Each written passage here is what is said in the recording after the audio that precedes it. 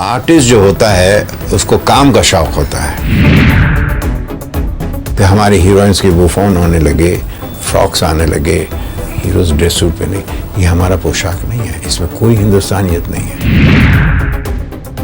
अच्छी खबरें दें तो अच्छी बात है, अब बुरी खबरें दे तो भी अच्छी बात है, इसलिए जिसको बुरा सुनना है वो बुरा सुनेगा, बुरा पड़ेगा, और तो कुछ फर्क नहीं है। जयराज जी ये बताए, जब आप हीरो थे तो उस जमाने में भी रूमर होता था या आपके स्कैंडल्स होते थे कि किसका चक्कर किसके साथ चल रहा है, ऐसा कुछ? हाँ, ये सवाल आपने बहुत अच्छा पूछा कि देखिए, इंसान की फितरत होती है, लोगों के साथ काम करते हैं तो एक किस्म की दोस्ती ज़रूर होती थी, मगर इज्जत करते थे हम एक दूसरे की। क्योंकि अगर मैं किसी लड़की से इश्क करूं, कल उसकी शादी हो जाए तो उसकी बदनामी होगी।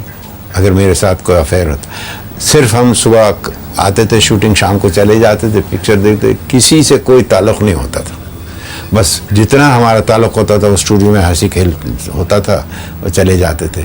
और ऐसी बातें होती भी थी तो एक पर्दादारी थी जिसमें एक इज्जत, दूसरे आर्टिस्ट की इज्जत हुआ करती थी। आज ज़माना ऐसा बदल गया कि डिस्कोथ है, ये है, वो है, डांसेस हैं, म्यूज़िक है, तो नेचुरली स्कैंडल्स तो होंगे, मगर उससे किसका फ़ायदा होता है?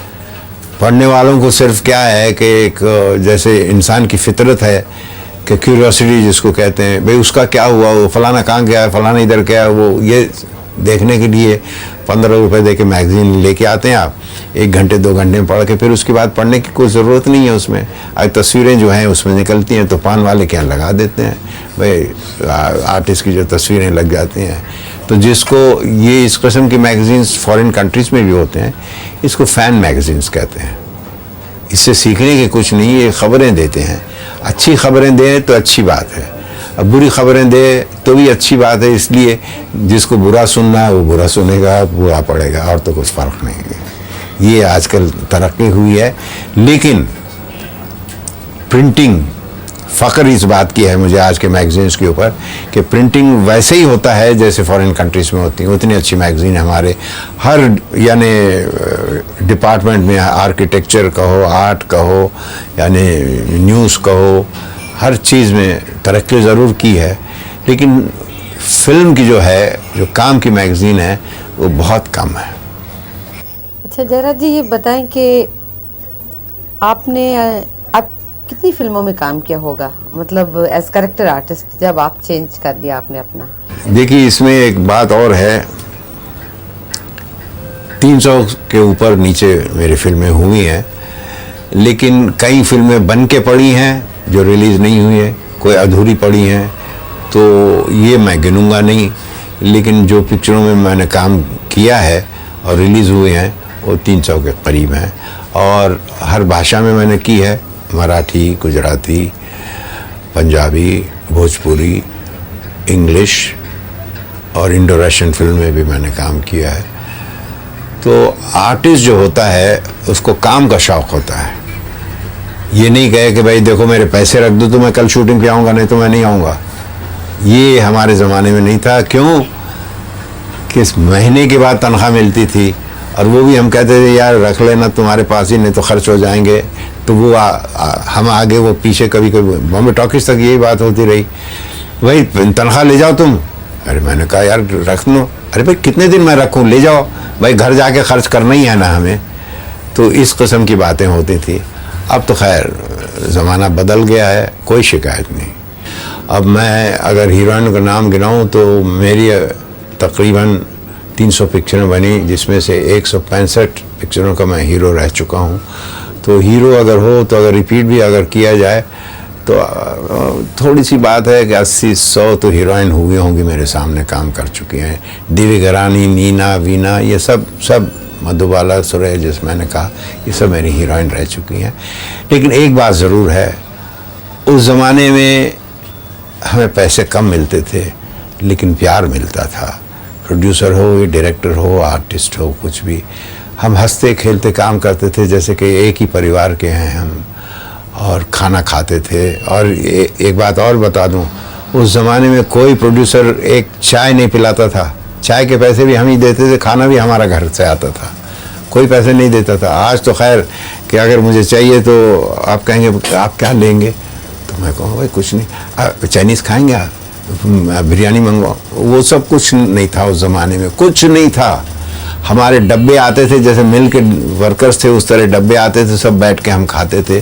तो प्यार आज देखता हूँ कि ज़रा कम है, और कभी कभी अफसोस होता है कि आपस में लड़ाइयाँ होती हैं। उस ज़माने में कुछ नहीं, एक तो लाइट्स नहीं थी हमारे ज़माने में, साइलेंट के ज़माने में हम सुबह आते थे 8:30 बजे, हाजिरी उजरी तो नहीं होती, स्टूडियो के काम नहीं होता तो चले जाते थे, ना वहीं बैठ के गपशप मारते थे या कुछ सीखते थे। उस ज़माने में जब लाइट्स आने लगे, फिर आहिस्ता आहिस्ता स्टूडियोज़ बनने लगी, साइलेंट स्टूडियोज़ बनने लगी, बड़ी अच्छी अच्छी कंपनियां बनी, जैसे बॉम्बे टॉकीज़, न्यू थिएटर्स, प्रभात वगैरह अच्छी कंपनियां बनने, अच्छी पिक्चरें बनती थी।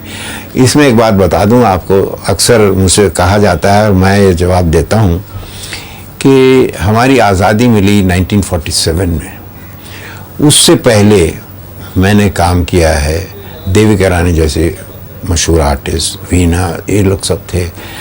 तो हीरोइन के पास, यानी शॉट के पहले उनका सिर्फ जो बाल बनाना होता, कंघी होती थी, बाल बनाया उन्होंने और आके तैयार हो गए। और हम जो हीरोज़ होते थे धोती पहनते थे, कुर्ता पहनते थे, पैजामा पहनते थे। मगर 1947 के बाद क्या हुआ मालूम है आपको, कि हमारे हीरोइंस के बुफॉन होने लगे, फ्रॉक्स आने लगे, हीरोज़ ड्रेस सूट पहने। ये हमारा पोशाक नहीं है, इसमें कोई हिंदुस्तानियत नहीं है, इसका अफसोस।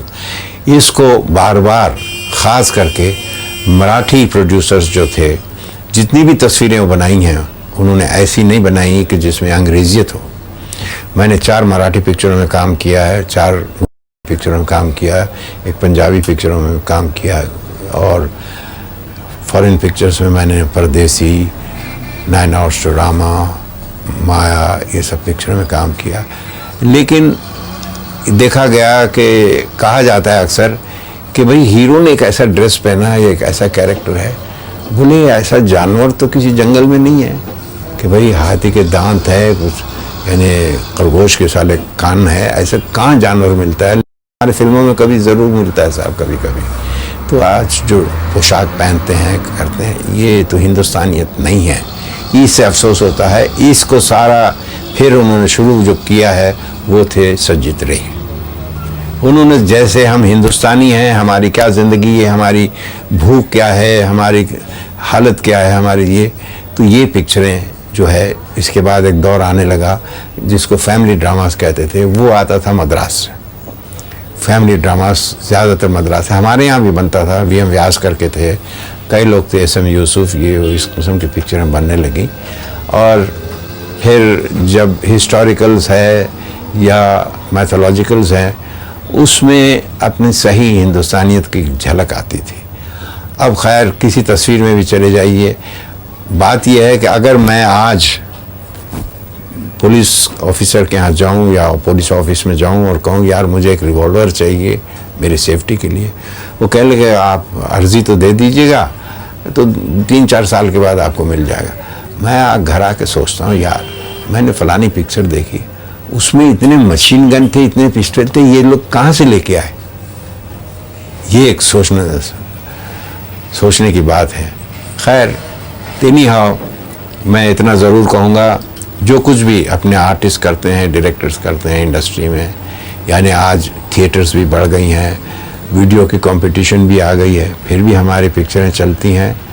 और हिंदुस्तान के जो आर्टिस्ट हैं, टेक्नीशियंस हैं हमारे, जो भी हैं, दुनिया से किसी कोने में या दुनिया के किसी आर्टिस्ट से कम नहीं है, ये मेरे मुझे फ़ख्र है। और मैं यही कहूँगा कि हमारी इंडस्ट्री बहुत तरक्की कर गई है। शुक्रिया।